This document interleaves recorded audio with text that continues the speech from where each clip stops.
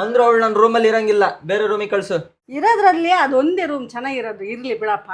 No no ಅಂದ್ರೆ ಆಗಲ್ಲ ಅಂತ, ಆಗಲ್ಲ ಅಂದ್ರೆ ಆಗಲ್ಲ. ಅತ್ತೆ ಬಾರವಾ, ಬಾ ಕೂತ್ಕ ಬಾ. ಅತ್ತೆ ಏನೋ ಆಗಲ್ಲ ಅಂದಂಗಿತ್ತು. ಅದು ಅದು ನೀವು ಬೇರೆ ರೂಮಿಗೆ ಶಿಫ್ಟ್ ಆಗ್ಬೇಕಿತ್ತು. ಸರಿ ಆಗ್ತೀನಿ ಬಿಡಿ. ನೋಡೋ, ಚಿಂದಂತ ಹುಡುಗಿ. ಸರಿ ಸರಿ.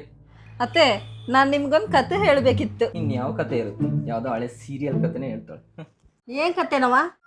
ಲಾಸ್ಟ್ ಇಂದ ಟಾಪರ್ ಅನ್ನೋ ಹುಡುಗನ ಕತೆ. ಇವಾಗ ನನ್ನ ಕತೆ ಯಾಕೆ? ನಿನ್ ಕತೆ ಅಂದ್ರೆ ಅಮ್ಮ ಅವರು ತುಂಬಾ ದೂರದಿಂದ ಸುಸ್ತಾಗಿ ಬಂದಿರ್ತಾರಲ್ವಾ, ಸ್ವಲ್ಪ ರೆಸ್ಟ್ ಮಾಡ್ಲಿ ಬಿಡು.